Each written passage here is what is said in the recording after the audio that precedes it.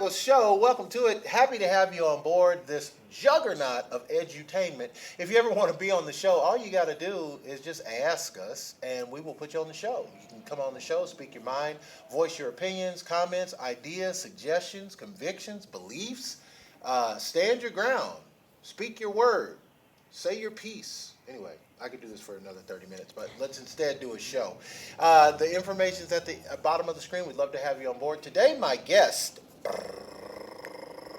is the one and only fabulous Philena Carter is with us today. Philena, welcome to the Ace Micheals Show. Thank you very much. It's a pleasure. Thanks for having me. So, for people that don't know, Philena is a music artist. She is a fabulous music, one of the best in the city of Las Vegas, which probably makes you one of the best in the world, actually. Oh my gosh. Because Las Vegas is like its own market. It is if its you're own market. big here, you're big all over Yeah, the but world. I'm not. People know No, Las no, Vegas. I'm not big. You know what I mean? Philena Carter. Would you Not say big yet. you're one of the best?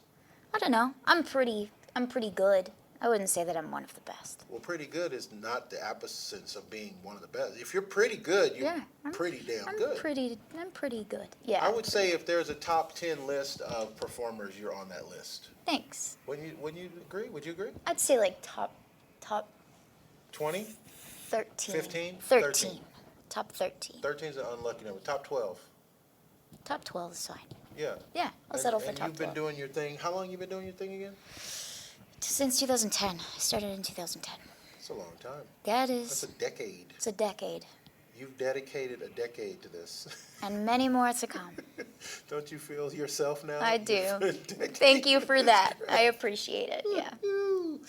All right, so you've been doing it for a year, and I just found out today that this is the first band that you've had of your own band.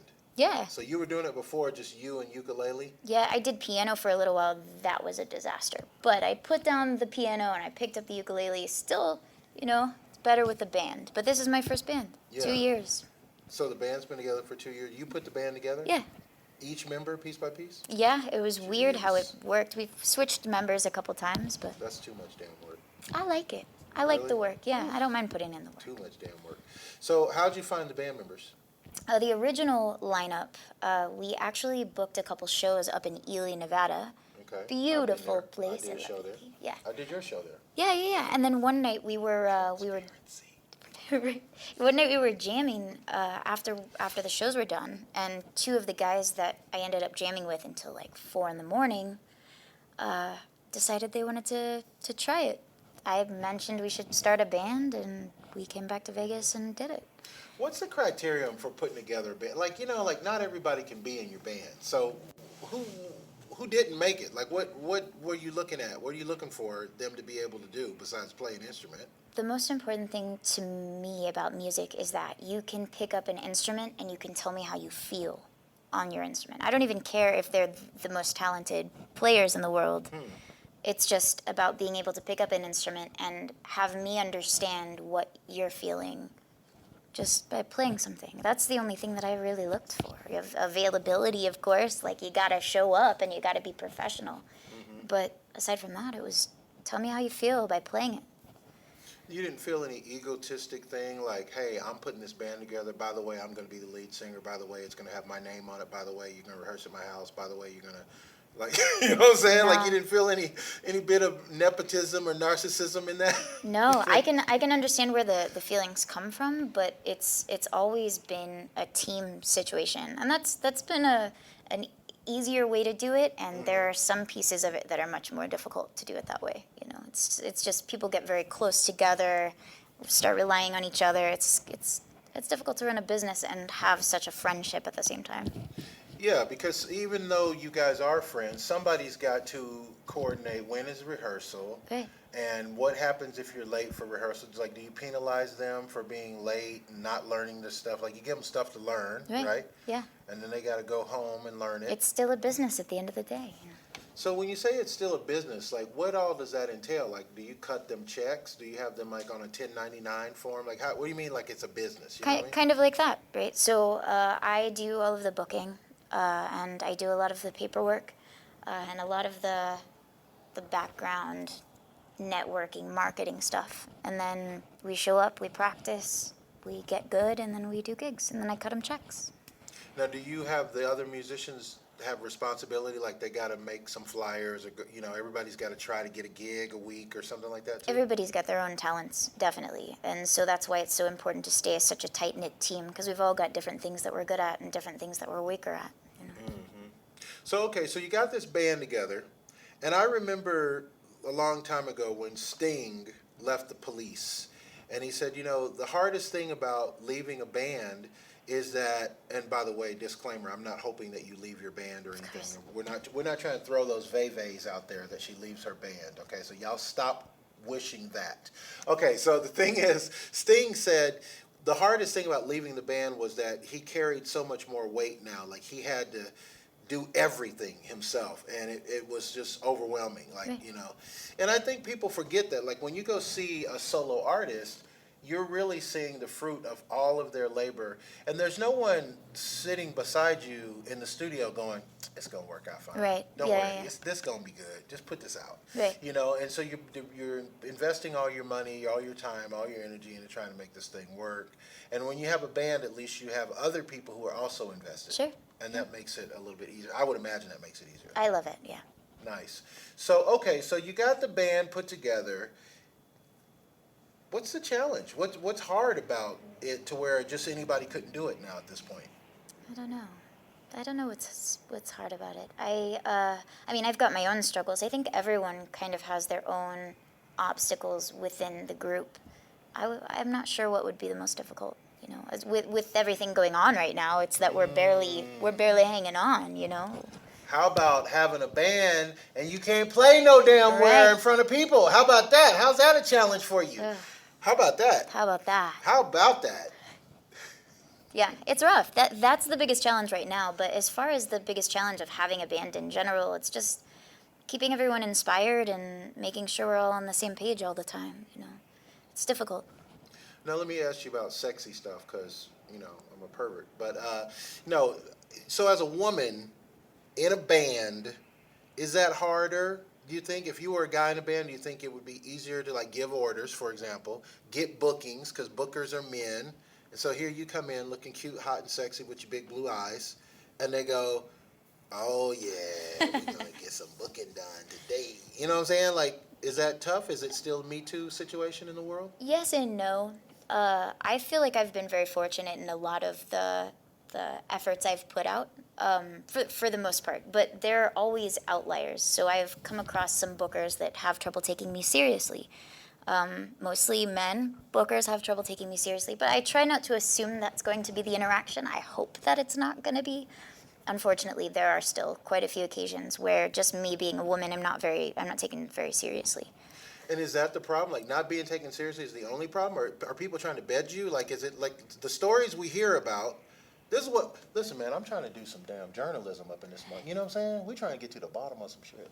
Okay, so what I'm saying is that real? Are producers luring you in the studio after hours? Are these bookers like, hey, you really want to get some gigs? Like, is it really like we hear about? I have seen it happen, but again, I mean, for me, I haven't had anyone that was trying to bed me specifically. Nobody ever crossed the line that you People have knew? crossed the lines, but not. Okay. But we also were able to kind of establish those boundaries and continue moving forward. In most situations, I have had people that have partnered with me on some bigger events that we wanted to put together, and then a week before the event is supposed to happen, quit working with me because they realized it wasn't actually going to make us closer. So I have had people. Oh, now that's toe up. Yeah, and so that's the biggest problem that I've found being a woman as a lead in this situation is that, but not as much as it I think it may have used to have been, or whatever. There's a little more. They wanted a real Jay-Z Beyonce situation, like for real. Right. They were like they'd already gone to the jewelry store and picked out your size and was like, what in the hell? You mean to tell me after Budapest we're not gonna be Right. really now? Right. Well, then I'm out. Yeah. Like those cops that were beating up all those people. They're like, well, really? Then I can't beat on no black folks? I'm out then. Here's my resignation. I'm gone. Wow. That's something else. Yeah, but it's not as prominent as you would think. I think nowadays, but I could be wrong. This is just my experience. Wow. I've heard stories. Yeah, I find it fascinating because I'm a guy. So the thing is that, And I'm gonna have to take that disclaimer out. I'm gonna have to edit that part out where I said I was a pervert because I can't believe I just said that like on my show, admitted that I'm a pervert, but I am. But anyway, no, I'm a guy, and I run into guys that are in show business all the time. But guys that I run into in show business never say things to me like, "Well, you know, I was trying to get this girl in my bed the other night, and I told her Right. I'd give her a management contract if she would Right. just be my girlfriend." Like they never say that stuff to me. So when I read these stories about Epstein, Weinstein, and all the other Steens, I go, I just can't believe it. Like, because I don't know, not one single person do I know that I think does that Sure. because their image is completely different than the story that comes out later. Yeah, You I've know? I've definitely heard stories about it. Like I said, I think I've been very lucky, and I think it's mostly because I like to be alone anyway. So I'm not looking for anything like that, and because Right. I'm way more business minded, and that's not even a thought in my mind, it kind of helps me navigate that situation a little bit better, Hmm. I think. But it Hmm. definitely exists. What do you think is like a boundary? Like, okay, so let's say you're doing a gig, and there's a guy who comes up to you. He's a talent scout, and he says, "Can I buy you a drink?" Is that the beginning of no, no, no? I don't know. Don't even buy me a drink because that's crossing the line. It's weird because when I moved to Las Vegas, my perspective of how people approached me was a little bit different. I thought that that was just a very friendly, casual thing to do, and there Sure, is a little bit more behind "Can I buy you a drink" out here than I realized sure. initially. But I wouldn't say that that's even the start of it. I try to just I'll accept a drink if we're just gonna sit and talk. I think Hmm. the boundary gets crossed if we stray away from business. If we stray away in Right, conversation right, from right. business, then I'm not really trying to continue that conversation. Well, I'm the interviewer on the show, so I'm trying to ask questions objectively. Of course, I have my own experiences. I've been in show business for years. For me, the boundary is after-hour phone calls. Sure. Like if you call me at any time when it's really been the next day, I think you don't need to be calling me in the middle of the night. Like Sure. it's already 1:30 or whatever, and I don't know what business we need to discuss at this hour. This is for guys and girls because I've been approached by guys that want to get it on, and ladies in the business, and I think it's just like let's keep it professional. You don't need to call me after hours really to discuss anything unless I'm on tour in Singapore and it actually is the other day Right, there. right. I don't see why you need to call me. I mean, Yeah. you feel the same way? I don't know. I never really thought about time of day like that because my hours, my functional brain hours, are usually between 7 p.m. and 5 a.m. So I've that's called you sometimes kind of late, and yeah, the yeah. message I got back, I was like, oh, she's trying to tell me like she thinks this is inappropriate, No, maybe. I don't know. I don't think so. No, you don't think so? I don't think so either. I don't think that happened with us. But I did call you sometimes late, Yeah. and you were kind of groggy talking back to me. Yeah, So I was, my I was kind of like, my hours okay, I get fluctuate. it. This ain't your hour, homie. This stuff has my sleep schedule totally out of whack. Right. Like my normal brain function hours are seriously like 7 p.m. to 5 a.m. But then like sometimes I'll wake up at 6 a.m. and then I Right. don't know what's happening. Right. Well, I know when you were a booker, and I don't know if you still are, but you were, you booked me on a couple gigs. Yeah. You were very professional about your business. I Thanks. never thought that you were trying to lure me down a road of drugs and, you know, pathology. Like you were just, hey, got this gig, this is what it is, blah, blah, blah, blah. Let me know if you want to do it, blah, blah, Sure. blah. And I wish more people were like that in show business. It seems like in show business there's a whole separate agenda that's fulfilled by the fact that I'm also a producer. Sure. So I have that extra leverage. I Yeah. can throw over you. And that sucks. Yeah. Yeah, for sure. It definitely does. My worst experience with any type of situation like this where people have pushed boundaries, it's a very typical thing for males to approach me knowing that I do music and say I'm a producer, and that's usually the in. Damn. The words "I'm a producer" is like a dirty phrase. Like I'll be at the gas station in line just trying to buy a Monster, and then Wow. like, hey, That's it. hey, you do music? You've got is that a ukulele? I'm a producer, and that's the end. I'm a producer is like It's sad, but it's true. Guys, we're fucking up. We really got to straighten up our game for real. No, I know exactly what you mean. I know exactly. Because I had a friend that she met a guy, and this guy said that to her. She's a singer, obviously. And this guy approached her and said, well, I'd like to produce you. I'd like to become your producer. And she was like, whoa, wait a second, whoa, what does that mean? And she had to call me. She's like, Ace, what do you think I should do? This guy wants to be my producer. And I'm like, oh, really? How well do you know him? You know what I'm Right. saying? Did he buy you a drink? You know what I'm saying? So I get it. Yeah, that's messed up. So, okay. So what do? We got to come up with changes. We're not just going to talk problems. We got to come up with solutions. Yeah, I don't know. The way that I usually approach it is like if someone tells me that they're a producer, if you just define the word, like so am I. Like I, you know, like if you're That's defining tight. the word, Yeah, so defining me the word, too. yeah, like I produce music also. Right. That's great. Right. You know, that's kind of where I leave it. I try to take everyone seriously because that's a big problem for me is people don't take me seriously, especially males in the leadership. But I have to also check myself and make sure that I'm not discounting guys that approach me and say, "Hey, I'm a producer." You know, I'm not sure what the solution to that is. Guys are It's just messed up. become a dirty phrase. Guys are messed It's up. like hearing guys come to you and say, "I'm a photographer." Oh, Can we I can take- go down that road for all. Yeah, For, right? yeah. Well, the thing is, I am a photographer, and I really take pictures. And I remember seeing an ad. I think it was on Craigslist, and this photographer was saying, he goes like this. The ad goes, "Single photographer looking for models," and I was like, Why you gotta "What does say he mean all single? that? Does he mean he works by himself, or what is he trying to say?" And I was like, "Oh, Right. right." I, why is that? And that's Why what is gives that? it a bad name, you know, is people that approach their job like that. Great. But you know, you gotta see for guys, it's different. Like guys have always tried to get girls using things.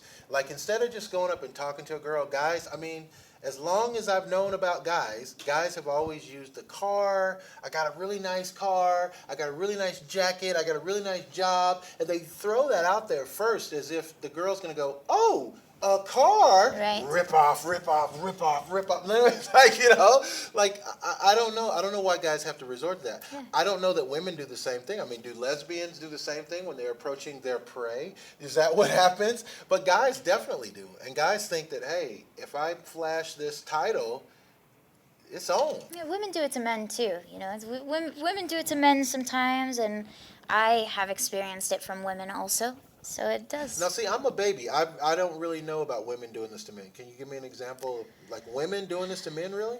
Yeah, I mean it's very similar. It's a very similar situation. That usually it's roles that they have, right? Like if you're a producer, right, and you meet a young rapper that has some talent, they're like so many people that are just taking on people just for that. You know, it works both ways. I saw it more in the hip hop scene out here than anything else. And that is producers trying to seduce artists? Yeah. And putting you in a compromising position because I am the producer and you need me, so if you need me so bad, you gotta do the blah, blah, blah. Yeah, it's not always so malicious, but it is something along those lines, you know. It's just using your role to your benefit. And it happens, I think, men and women do it. And it's unfortunate. See, it's interesting to me to talk to you about it because, again, these things happen in the shadows of our business. Like, no one's going to talk about this part. If there was a particular casino and they're like, hey, you can play here at X casino, you just got to sleep with our booker. Right. Then that would be a different story. Just put it on the billboard, and those Right. who are interested in sleeping, you put a picture of him up there. Yeah. You know what I'm saying? He could be like, hey, I'm a booker and I'm single. Then, you know, that could be a different way of doing it. Sure. But because it's not done that way, it's done this kind of grimy way. It's shady, yeah. Yeah, There's it's like- very little transparency in a lot of those, like booking, production fields. It's a Now, lot of- speaking of, okay, now we're going to bring the conversation full circle because you're in a band. Speaking of transparency, now some members of some bands are dating other members of their band. They find themselves romantically involved. Has that happened in your band? No, No? no. In the whole, come on now, tell the truth, shame the devil. Telling the truth, And, yeah. and shaming the devil. And shaming the devil. No? Yeah. Nobody in your Nobody's band dating- has hooked up with anybody else in your band? That's crazy. Nope. That you might not have a band. You Yeah. might just have a group of musicians because bands I don't definitely know, hook up. or they just don't kiss and tell. Right. Do you think, in your heart, do you think that maybe somebody hooked up and didn't I don't tell know. you? I wouldn't know. I'm the only female, so But that doesn't mean that they still could hook up. yeah, but I know them pretty well. They're probably not gonna hook up. Yeah? Yeah. So you think there's no hookups that happen in your band in I a don't think year? so. In a year? Yeah, I don't think That's think crazy. so. I don't think I don't so. know about that. Have you guys gone on a tour ever? We went to Ely. Yeah, That kind of that's not- counts. Nah, it's only a couple hours. That's not enough time to have a real quiet band hookup time. Yeah. I don't know. Interesting. Yeah. Hey, here's what we do. If you have a band and you have or have not had hookups, I'd like to hear from you. Send us an email and tell us about your crazy hookup stories. I'd also like to hear about your crazy booking stories. We'll share them on the show, but I don't want to tell names, so don't be sending me, stuff talking about this particular person at this particular venue. But I'd like to know your story just because I'm curious. On the show today is Philena Carter. Philena, if we want to pleasantly stalk you on the internet, what do we need to do next? I love being pleasantly stalked. Pleasantly, though. Yeah, pleasant, definitely pleasantly. Well, my personal stuff is all like at Philena Carter. It's just like Phil, like the guy's name. You'll spell it out, I'm sure. Like Phil, Like Ina. Phil, What Ina. is up with your name? What is I don't know. Phil, Ina? What is that? It Your wa- dad's not named Phil. It was my great grandmother. That was her Was name. she Philena first? Yeah, she was that's some Philena country first. Shit. Where, Yeah, and you're no. from where? Oklahoma? Oklahoma. Oh, that's all you got to say. Okay. Yeah. Yeah, it ain't that But it wasn't weird. my real name It's first. not that strange now. I wasn't born with that name. Are you a person with a middle name too? Do you have? Yeah, I have a middle name. Or do you tell people? Is it It's a secret? Elizabeth. Kind of boring. Philena Elizabeth Carter, you get your ass in here right now and tell me who broke these eggs, girl. I can see that. Yeah, I can totally see that. pretty intense. Philena Elizabeth is a very pretty name. Thank you. That is. It's a lot of I'm not just syllables. saying it like because show. That is. That's actually very pretty. I'd like to Thanks. have that name myself. Yeah. I was Philena born. Elizabeth Carter. Peck. You're Peck, homie. Peck is in the house. That's true. That's hot. Robin Philena. Brittany was my first name. Is it Elizabeth with a Z or with an S? Z. Okay, that's right. Okay, because that other way. Okay, cool. And I like names when they spell Mary with a Y. Don't like I-E. Come on, dog. That ain't how you spell Mary. All right, so enough of my yapping. This is the end of the show. This is officially the end of the show. You know how to reach Philena Carter. You know how you feel about crossing those boundaries of professionalism and personalism. You know how you feel now about putting your own band together. Philena Carter has showed you the way. Make sure you do that. And if you ever want to be on the show, we'd love to have you. Listen, the end of the show, you know what I say. I still mean it. Live the life you love. Love the life you live. Thank you. That's great. Yeah.